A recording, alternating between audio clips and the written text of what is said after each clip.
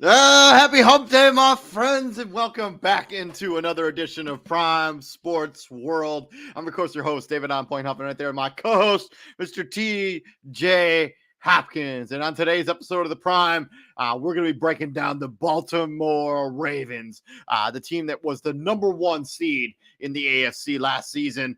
We're going to talk about if they can repeat that success this season. Please like, share, and subscribe to the podcast. And TJ, we're down to 8 after today. We got about 20 days to get through the rest of the teams in the NFL, so we should be able to get that done. But yeah, thank you very much for joining us all here, fans at Prime Sports World. TJ, how are you today, my friend? Same old, same old. I feel you. I had a pretty long day at work. Two of my favorite coworkers, was their last day at our station.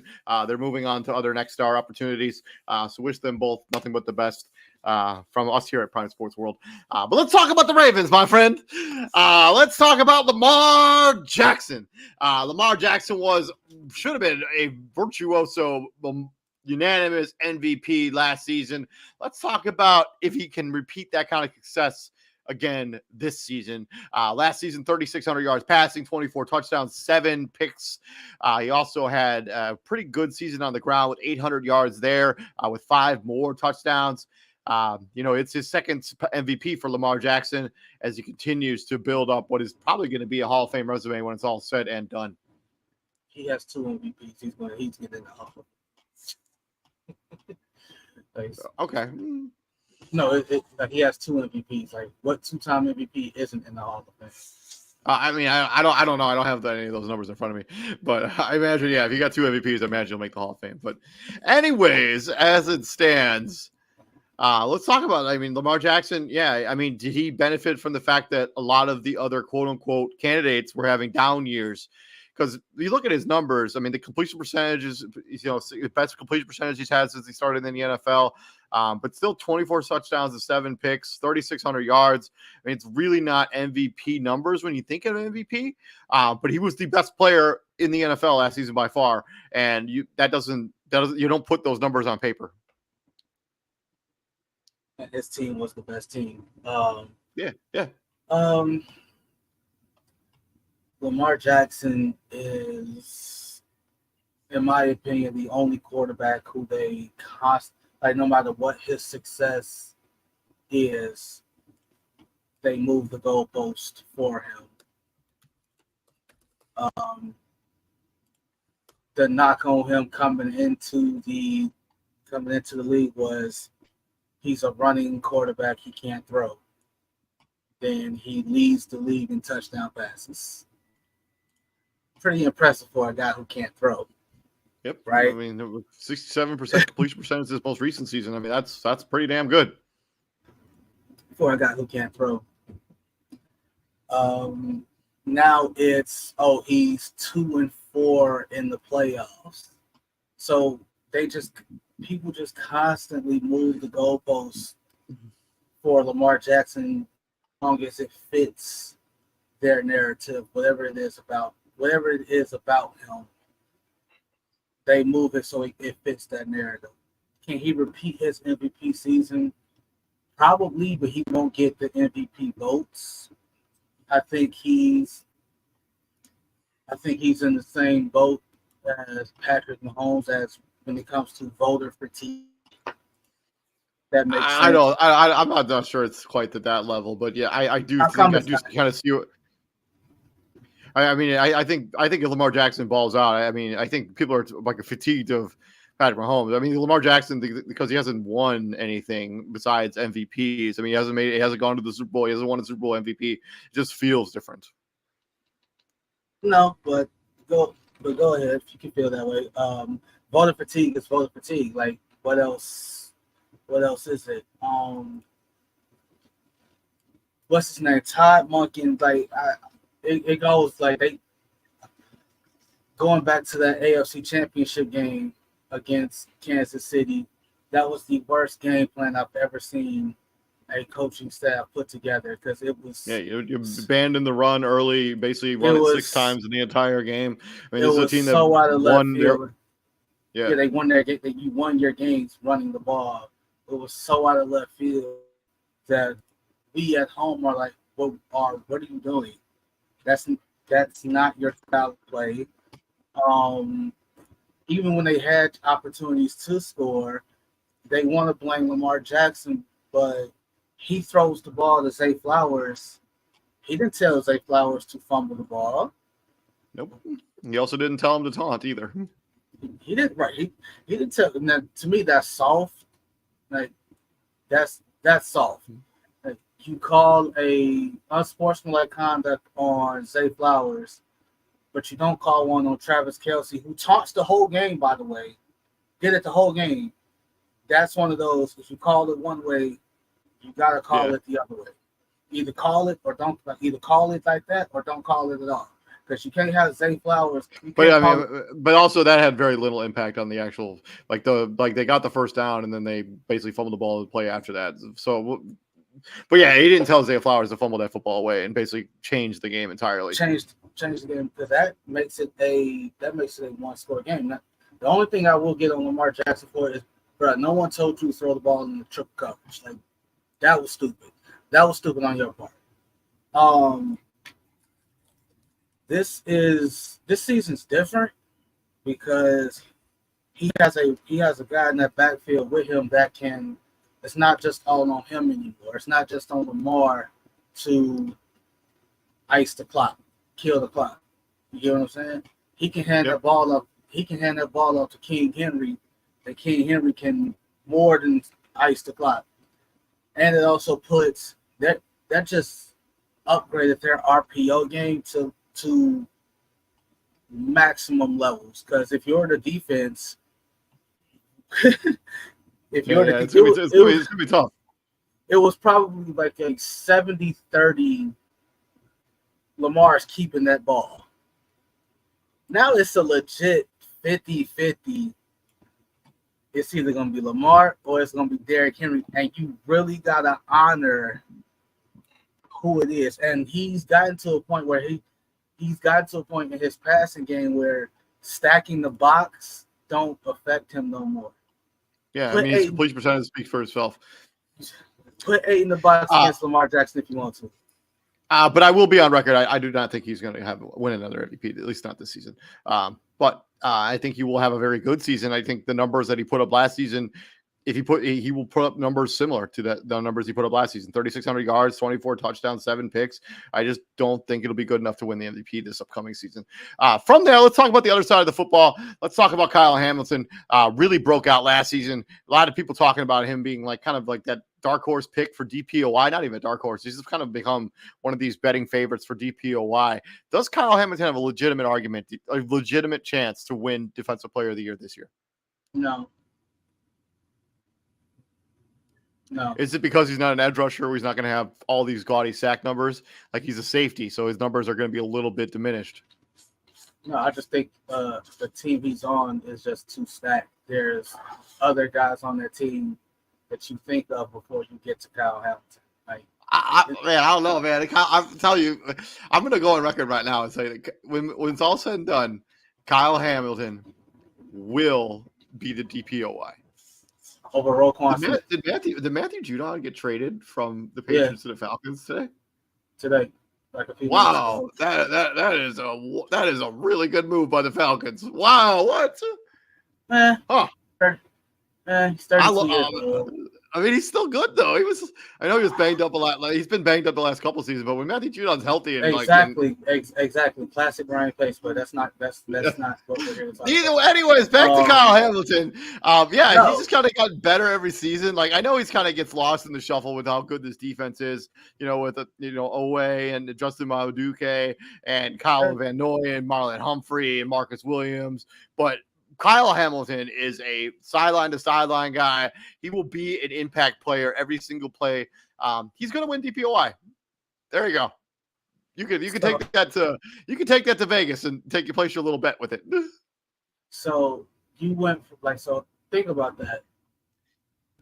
It's possible to get lost in the shuffle, but he's gonna win DPOI. How? Yeah. How? He's He's gotten substantially better every season he's been in the NFL so far. I mean, he had 4 picks last season. He had a touchdown, pick 6. He also forced 4 fumbles. He had 3 sacks last season. That's an increase over the season before. I just think Cal Hamilton has gotten himself, he's improved both of the seasons he's been in the NFL. I think he's going to take another step forward, and I think he will be defensive player of the year. I think he's going to be the most impactful player on this Ravens defense. It's probably going to be a top 3-ish unit. And when you talk about like top defenses in the NFL, Kyle Hamilton will be the best player on that top 3 defensive unit. You literally named 4 names. You said 4 players before you even got to Kyle Hamilton. No, I just said 4 names. Kyle Hamilton. When I think of the Ravens defense, Kyle Hamilton is one of the first guys I think of. He's really good. That's because it's one of the only names you know. No, please. Come on. I mean, please. I built these graphics for every show. You don't think I know most of the starting players on every team? Come on. Probably not. No. Your memory, no. Please. Oh, don't take a cheap shot at me. That's not nice. Your memory. But with that being, yeah, you know what's crazy. So I got a little sidetracked here for just a second. So I have this water bottle, right? And I drink out of this water bottle every day, right? See? I carry this water bottle from my fridge to my couch where I sit and I drink out of it while I'm eating dinner. Somehow between that place, like it's not that far. It's probably like 20 steps at most. I lost the lid to that water bottle, and I haven't been able to find it for 3 weeks. 3 weeks. Can't find a water bottle lid. 3 weeks. Yeah. Come on. I have no idea where it went, man. Like it's really ruffling up my feathers right now. Anyway, back to Kyle Hamilton. I think that he has a legit shot to win the MVP, but the DPOY. But I can see why you may say otherwise. But I mean, Roquan Smith has an opportunity too to win the DPOY. I just think that somebody on this Ravens defense. I mean, they have been a top unit the last 3 seasons, but none of these guys really get the accolades they really deserve with how good this defense is every season. Kyle Hamilton will be the guy to get that accolade. Roquan literally just got his first All-Pro nod. Yeah. And Roquan Smith has been good his entire career. Being 100% fair. It's just I don't know why it took him this long. It shouldn't have taken him this long to get it. But yeah, like there's just other guys on that defense that would probably get, like Roquan being one of them, probably get that nod ahead of him. I'm not saying he can't. I'm just saying it's that much harder for him. Swinging back to the other side of the ball, let's talk about this wide receiving core. Zay Flowers emerges as wide receiver. You come say hey? Go ahead. Zay Flowers emerges wide receiver 1 for the Baltimore Ravens, but outside of Zay Flowers, a lot of question marks about almost every single other wide receiver that's on this team right now. Rashad Bateman, we've been waiting for that breakout season. We haven't really seen it. Nelson Aguilar has bounced around the NFL. He's proven that he's an okay wide receiver, but he's wildly inconsistent. Deontay Walker, I don't know a lot. Taylor Wallace, I don't know a lot about. Russell Gage is a guy who's bounced around the NFL. Outside of Zay Flowers, I mean, what's your confidence level when it comes to this wide receiving core? And I'm not really, I mean, obviously they have Mark Andrews and Isaiah Likely, who obviously are wide receiver 1 and probably wide receiver 3. But when you talk about legit wide receivers, how concerned are you about this room and this collection of talent that they're going to be? Very? Tylan Wallace was the one who had the punt return against the Rams, like the walk-off punt return. That was his play. Yeah, it's as long as he has Mark Andrews, he's fine. Because he's what you call it. He's quote unquote. I imagine they're gonna play a lot of like 2 tight end sets. Like with Mark Andrews and Isaiah Likely on the field together. And then we're waiting for this breakout for Rashad Bateman. I mean, I wouldn't be holding your breath at this point. I mean, I know when he's been healthy, he's been okay. But last season he played 16 games. He only had 367 catches and 1 touchdown. I just think those people keep thinking Rashad Bateman's going to break out. I just don't think that's going to happen. Kind of sad. Yeah, because he had promise and it just hasn't come to fruition. and I'm probably with you. My level of concern, like on a scale of 1 to 10, when it comes to this wide receiving core, outside of Zay Flowers, it's damn near a 10. Like Zay Flowers is one guy. Like he's not going to be able to. He's not going to be able to like. Although, outside of OBJ, who was really not all that good last season, anyways. I mean, this was Zay Flowers and literally nobody else either. At the same time, it goes to their style of play. They are a run heavy team, and you got to know that if you go to the Baltimore Ravens, if you're a receiver, 9 times out of 10, it's likely you're going to be out there blocking most of the time. And not saying that's a bad thing. You just have to know what you're getting into as a receiver for the Baltimore Ravens.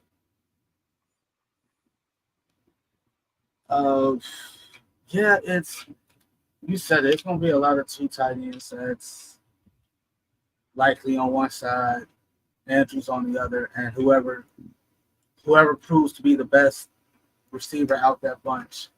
It's a concern, but it's a concern for us. But at the same time, Lamar Jackson's kind of showing us that he can get it done with less. Because outside of Mark Andrews, has any of his receivers reached 1,000 yards? I'm not being facetious. No. I'm legitimately asking that. I don't think so. I mean, I wouldn't say he's elevated the wide receivers that he's been given, but he has made them serviceable. And Mark Andrews hasn't had 1,000 yards since 2021. Injuries play a role in that. Yeah. Because we already know if Andrews is there, he's getting 1,000. He's the 3rd best tight end in the league. Like only 2 tight ends can say they're better than him, and they're both on the other Super Bowl contenders in the league. Yeah. Mark Andrews, should be. He was in a car accident today, so apparently he's going to be okay.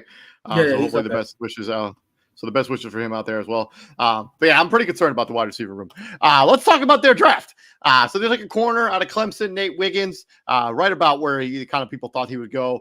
They took a tackle to try to replace Morgan Moses, who left in free agency out of Washington in the 2nd round. They took another edge out of Penn State, kind of following in the steps of Odefi Owe. They took Deontay Walker, a wide receiver out of North Carolina. They took a corner Iowa State, a running back out of Marshall, a quarterback, the backup to Will Levis from last season, Devin Leary from Kentucky, center out of Michigan State, and then a safety out of Purdue. What do you think about their draft, TJ? Typical Baltimore Ravens. Yeah. I mean, they had areas of need and they addressed them in this draft. Roger Rosengard is he ran a 4.92 in the 40-yard dash, the fastest speed of any offensive lineman in the combine, and fastest by any 300-pounder, regardless of position. See, why? Why are you 300 pounds that big? I don't get it.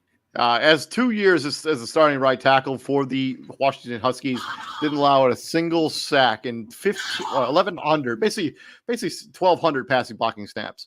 That's the most pass blocking snaps out of sack allowed by any FBS lineman since 2022. So for 2 seasons. And I imagine he's going to be a starter.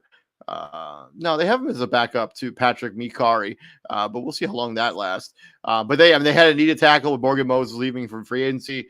Javion Clowney left this team, so you bring another edge rusher out of Penn State. I mean, they had needs, and they addressed them in this draft. Yeah, he's a backup to who? Who? Roger Rosengard is currently the backup to Patrick Mikari, who's the starting right tackle for this football team right now. See how long that lasts. Yeah, I agree. And then Walker, the wide receiver out of North Carolina, he's extremely explosive. He ran a sub 4.4 in the 40, added a 40-inch vertical as well. He's only one of 3 wide receivers to do that. The other 2 being Xavier Worthy and Xavier Legit, who are all first-round picks. They get him in the 4th round. The corner, TJ Tampa, the kid out of Ohio State. Many people had a fringe second round grade on him. He falls all the way to the 4th round. Kind of a steal where they got him, if I'm being completely honest with you. Yeah, a lot of people. Yeah, I can see that. Devin Leary is probably going to be the backup there for Lamar Jackson, the center out of Michigan State. I don't really know much about, but he's going to be a backup. Tyler Lindenbaum's not going anywhere. And then the safety out of Purdue. He had 151 tackles while he was in college in the final 2 seasons there at Purdue, including 10 pass breakups. So he's just depth there at the corner of the safety position now, especially since they lost Geno Stone. I actually kind of like Baltimore's draft. I mean, we didn't talk about Nate Wiggins a lot, but Nate Wiggins is another one of those lengthy corners. Gives you more depth at the cornerback position. He's going to need to bulk up a little bit, weighing only 175 pounds at the combine. But that's every player in the NFL that joins the football league. Yeah, they get the text of that grown man strength. It's different. Yeah. Yeah, I have no issue with that draft. There are certain teams that when they draft it, you're not quote unquote concerned with how they move. Baltimore is one of them. I'm interested in Adisa Isaac, the edge they got at the Penn State, because Penn State is a good program. Penn State wins 9 to 10 games, maybe 11 a year. But the issue is the 2 or 3 losses are the teams that you're competing with in the Big Ten. So you're losing to Ohio State, you're losing to Michigan, and then you might have a bad loss in there somewhere. And that just gets a little harder with the upcoming season because you add a Oregon to the Big Ten, you add a Washington to the Big Ten, and a UCLA and a USC to the Big Ten. And it's like, God damn it. People are calling for Coach Franklin's job, and I don't get that. And Isaac should 100% fall right into the rotation of edges that they got. He should definitely be a contributor. Devontae. The Ravens have David Ojabo too that didn't play last season, but he was a first-round pick or second-round pick last season. Man, imagine if he has some sort of impact on this Ravens team next year. I mean, he was really good at Michigan before he tore was it ACL or Achilles? It was one of the two. I forgot they made that move too. Yeah, second-round pick. He's coming off of one of those injuries. I don't remember which one. He hasn't played yet or practiced much, but if he's able to give them, and I agree with you on the Isaac thing, I think he should be a valuable piece right away. I give this a solid B+ draft for the Ravens as usual. I think the one thing Baltimore needs, and obviously we've been calling for it for a long time at the receiver spot, they need that big body. They need that 6'3", 6'4", 2.25 dude that can just make life easy for Lamar. Because these little twisty, fidgety, these like, man, a team full of these dudes is like, because Tez Walker is right here, like he's 6'1", 200. That's probably about as big as you're gonna get if you play receiver for the Baltimore Ravens. Zay Flowers is little. Shad Baker is little. Aguilar is not that, like, Aguilar is probably what, is Aguilar 6'3"? He probably 6'3". He's 6 foot, 200 pounds. Yeah, like they need that other one. They need that 6'3", 6'4", 2.25", 230. They need like prime Alshon Jeffrey. Like that's what they need. Like they need a big body like that. But yeah, I think that they did a pretty solid job with their draft. I love the DJ Tampa pick as well. Kind of a steal where they got him for real. To that, let's go roster shakeup. Let's talk about their roster of free agent shakeup. Derrick Henry, Eddie Jackson coming in on the way out. Two big parts of this offensive line, and Kevin Zeitler, Morgan Moses. They obviously lose Patrick Queen, Geno Stone, Javion Clowney, Gus Edwards, all players who started and played a considerable role on a team that won 14 games last season for the Baltimore Ravens. Obviously, you do bring in King, Derrick Henry, and you bring in Eddie Jackson for the Chicago Bears. They brought some other guys in too that I didn't have, like Odell Beckham Jr. is no longer on this team. They lost Russell Gage, has now become a member of this football team. I mentioned Morgan Moses. Deontay Hardy they brought in from the Buffalo Bills. I'm not really all that concerned about that. Rocky Sin leaves this team to go to the 49ers. Tyler Huntley is now a member of the Cleveland Browns. J.K. Dobbins is now a member of the Los Angeles Chargers. And that's about all the players on the list that I'm really all that good. Devin Duvernay, who was a good kick returner for this team last season, he's now a member of the Jacksonville Jaguars. But, I mean, you lose legitimate key contributors on this team that was a very good football team last season. I think it'll be interesting to see how you replace a Kevin Zeitler, how you replace a Morgan Moses, how you replace a Patrick Queen, Geno Stone, Javion Clowney. I mean, you're basically going to be asking rookies to step in and play legitimate roles immediately because you didn't really replace those guys through free agency outside of the Eddie Jackson, Derrick Henrys. I mean, the Guts Bus had double-digit touchdowns last season. But hey, I got Derrick Henry. I'm fine with. I'm okay with with Gus Edwards leaving in free agency. I'm fine with that. I'm not losing sleep because Gus Edwards and whoever else was a running back for me left. I insert Derrick Henry. I'm more than and you still have Justice Hill, and you have Keaton Mitchell, who was having a really strong rookie season before he got hurt last season, as like a really nice change of pace running back that we really didn't get to see a whole lot of last season before he went down with injury. It's and then we saw on the draft page that they drafted running back out of Marshall. Yeah. Obviously on defense, that's where the losses hurt the most. Because again, you didn't just lose Patrick Queen, you lost him to your rival. You lost him to Pittsburgh. I mean, you lost Geno Stone to your rival too. I mean, he went to the Cincinnati Bengals. He goes to the Bengals. Jadeveon Clowney is what he is at this point. It was a nice season for him in Baltimore. It was one of those. I forgot what game it was, but they had everything clinched up. They had home field. They had their season was clinched, all that good stuff. But Jadeveon Clowney needed a sack or half a sack to get his $500,000 bonus, and they let him play and they let him stay in the game so he can get that, and they got it. He got it, and the team kind of quote unquote mobbed him, and that was a nice moment. But Jadeveon Clowney was his whole career. He's been a run stopper. He's never been the pass rusher that people hoped he would be. Yeah. Me included. That's just again. You say it all the time. He had that one play at South Carolina. And I mean, he did. Yeah. I mean, he did have 9.5 sacks last season, which is his most sacks in any season. That's a career high. That's a career high. He's been a pretty serviceable. He's been a pretty solid edge rusher. I mean, his last couple stops in Cleveland, he had nine sacks in 2021. He had 9.5 in 2023. He had 9 sacks in 2018 and 2017.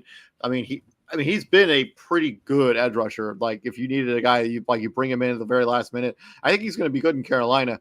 But yeah, they're asking rookies now to be filling really dominant roles because they didn't really replace Javion Clowney with anyone. These rookies are going to have to step in. The kid from Penn State's going to have to step in. But they did bring in Kyle Van Noy, actually, now that I think about it, who comes over from the Miami Dolphins, I think. And yeah, who was solid last season. It's Baltimore. They'll be fine. Yeah, I agree. I mean, I'm a little more concerned about the players that they lost on defense, or actually, no, I'm more concerned about the players they lost on that offensive line. Like Kevin Seitler was a Pro Bowler at one point. Morgan Moses was a Pro Bowler. Those guys are not going to be easy to replace. So it'll be interesting to see what the offensive line looks like without those two guys. But I mean, this is the way roster goes. Like these guys get expensive. You can't really afford to keep everybody all the time. And Patrick Queen and Geno Stone. Patrick Queen, the kind of writing was on the wall there for a long time. Geno Stone had like one good season, and then he was like, "Oh, I'm going to get paid," and they didn't want to pay him. So, They didn't want to pay him, yeah. which is fine. Yeah, I mean, be like, yeah, we're gonna move on from you.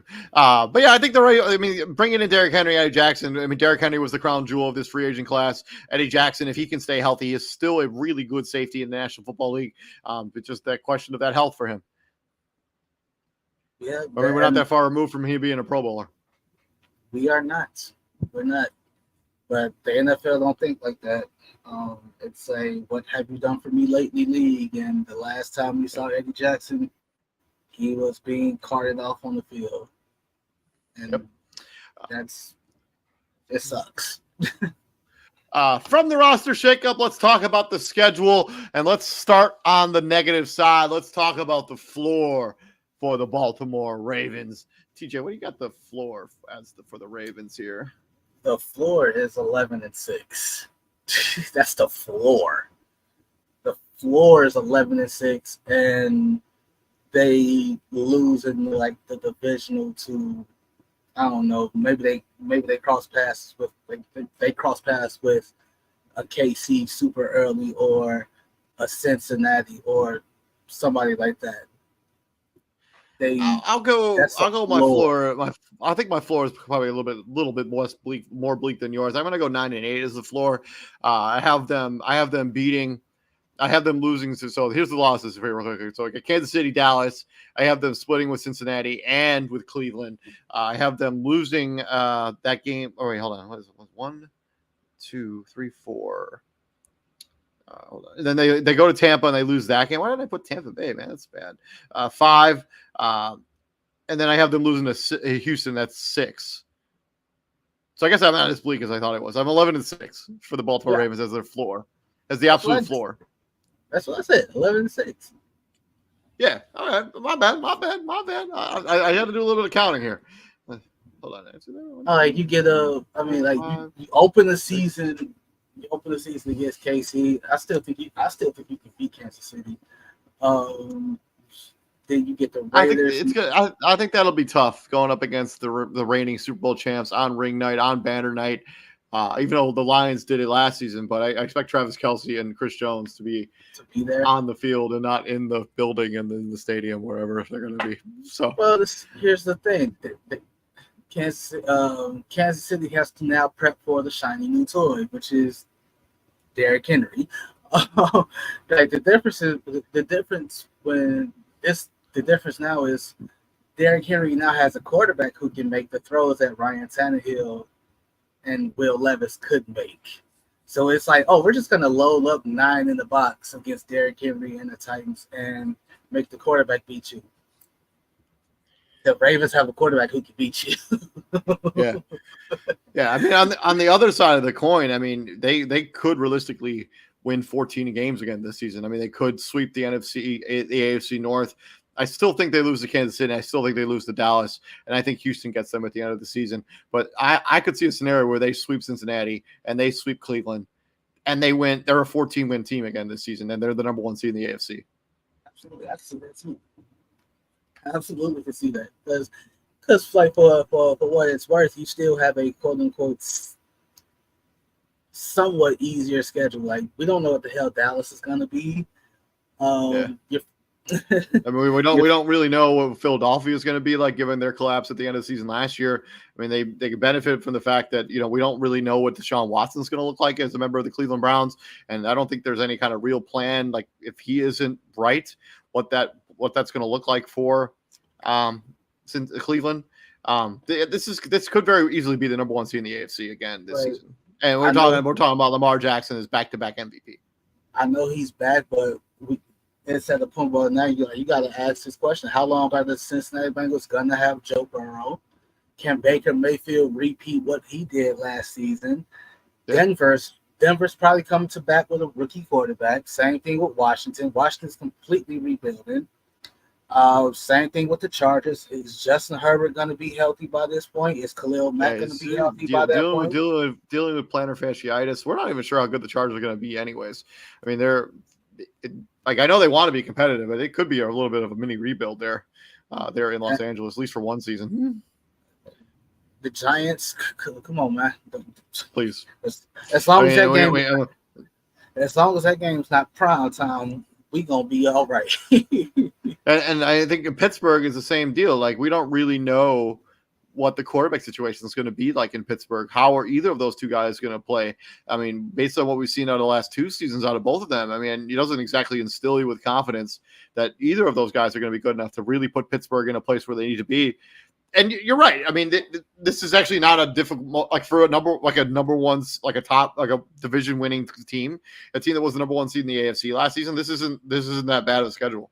Like, it's really not bad. Like, you can cakewalk through 10 wins if you wanted to. If you wanted to, you just don't want to. Yeah.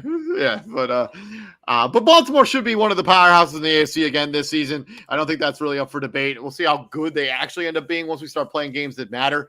But Baltimore is in the right. If you pick Baltimore to be your Super Bowl champ, I don't think you'd be out of your mind to do that. But yeah, thank you very much for joining us here at the Prime Sports World. This has been our Baltimore Ravens season preview. We want to thank everyone for joining us here at Prime Sports World. I'm David Huffman. Right there is my co-host, Mr. T.J. Hopkins. And after today's episode, we're going to be swinging into the NFC West, where they're represented by the reigning, defending NFC champion San Francisco 49ers. But we're going to talk about the lowly Arizona Cardinals first tomorrow before we get up into Seattle either this weekend or next week. So you don't want to miss any of that content. And TJ, what do we do here at the Prime, my friend? We bring the heat. Tight, sir. Yes, sir. We will see you guys tomorrow. You all have a good night and stay safe out there. TJ, you have a good night, my friend. See you.